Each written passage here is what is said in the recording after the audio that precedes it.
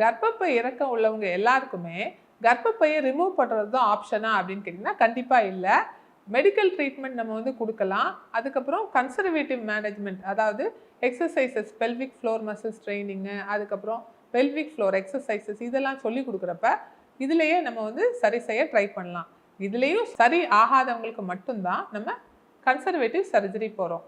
அந்த சர்ஜரியில் என்ன பண்ணுறோன்னா, கர்ப்பப்பை வாய்ப்பகுதியில் ஒரு போர்ஷனை ரிமூவ் பண்ணிவிட்டு கர்ப்பப்பையை நம்ம லிஃப்ட் பண்ணி ஸ்டிச் பண்ணுறோம். இதுலேயும் சரி ஆகாதவங்களுக்கு கர்ப்பப்பை இறக்கத்துக்கு நம்ம சர்ஜரி பண்ணி கர்ப்பப்பை ரிமூவ் பண்ணிவிட்டு நீர்ப்பையும் குடல் இறக்கத்தையும் சரி செய்கிறோம்.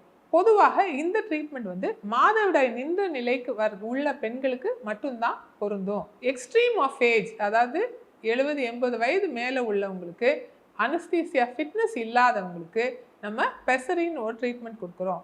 இது வந்து தற்காலிக முறை தான். ஆனால் அவங்களுக்கு சர்ஜரி பண்ண முடியாதனால இந்த பெசரி ட்ரீட்மெண்ட் வந்து இந்த யூட்ரைன் ப்ரொலாப்ஸ்க்கு நம்ம கொடுக்குறோம். இதை பற்றி உங்களுக்கு இன்னும் தெரிஞ்சுக்கணும்னா என்னோட யூடியூப் சேனலை ஃபாலோ பண்ணுங்க.